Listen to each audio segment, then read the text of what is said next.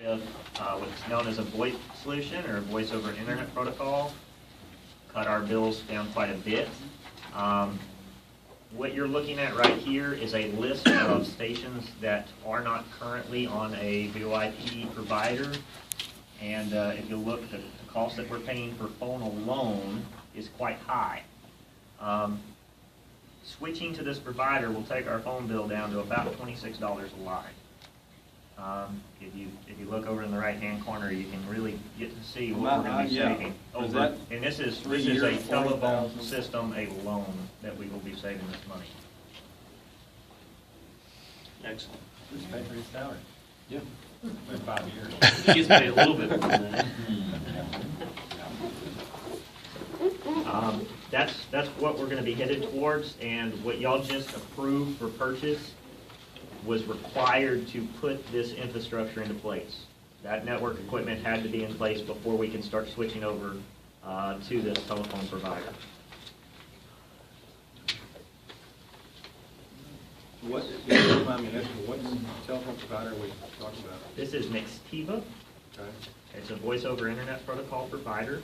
And basically what that means is there's no analog phone line that comes over the building. Okay. All the phone traffic goes over the internet connection. So they don't have the infrastructure to support outside of their servers to facilitate the communications. So they're able to deliver that at a lot lower cost because they're basically piggybacking on your ISP. Kind of like Magic Chat. Yeah, it's basically a souped-up version of Magic Chat.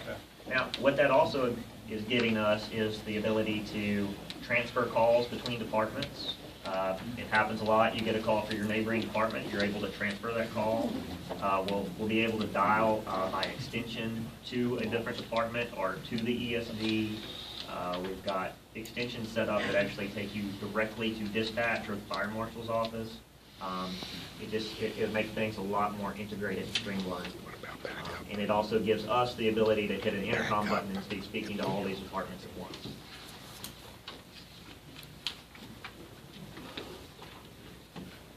Sounds good. So there's the new phone system we put in. Now to move on to the other question about sudden-link consolidation. One of the things that I went ahead and did was to consolidate all the individual VFD's sudden-link accounts. They basically each were responsible for their own account, so we're handing money to them to hand money to somebody else. It's what we were actually able to do, bringing it all in.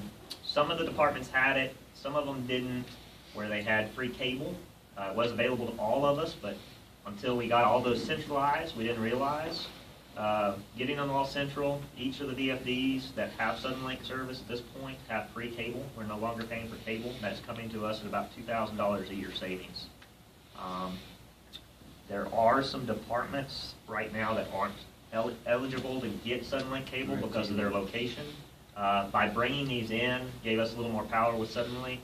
They are actually doing site surveys right now within the next 90 days to build service out to us free of charge. We may end up having to sign like a 74-month or 92-month contract on that. It's going to raise the property values around the So, I mean, That'll pay for it. Suddenlink at this point is really trying to work well with us and help us out as much as they can. I'm pretty impressed with them at this point. So, the goal here is to get every one of these stations high-speed internet on cable. It's way more reliable than some of the solutions we're using now.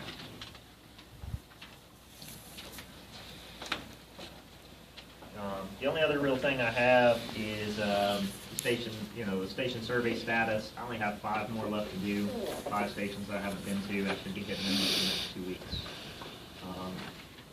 Overall, fairly decent on what our surveys are training. We have a couple of stations that have some old XP computers that we're going to need to look at phasing out really quickly. Those are very prone to getting viruses, malware, and crashing. They're too old. They're no longer supported by Microsoft. Those will need to get switched out pretty quick. Other than that, there's not much bad going with these stations. Once we get the network in order, we should be headed down a pretty good path. And Outside of that, my only other thing is we set up the help desk portal, support.smithcountyfire.org. Since the last board meeting, I've handled 76 trouble tickets since more submitted by the VFDs. How long have you worked for us? Not sure anymore, really. All right, so we need to take action on this resolution under There 20B. is a resolution that was handed in. Now, this resolution was recommended by the IT committee, and I've looked at it. I think it's a great idea. It's definitely something we need to push through. Resolution. You have 20B. Very bad. 20B. 20B1 is where it is.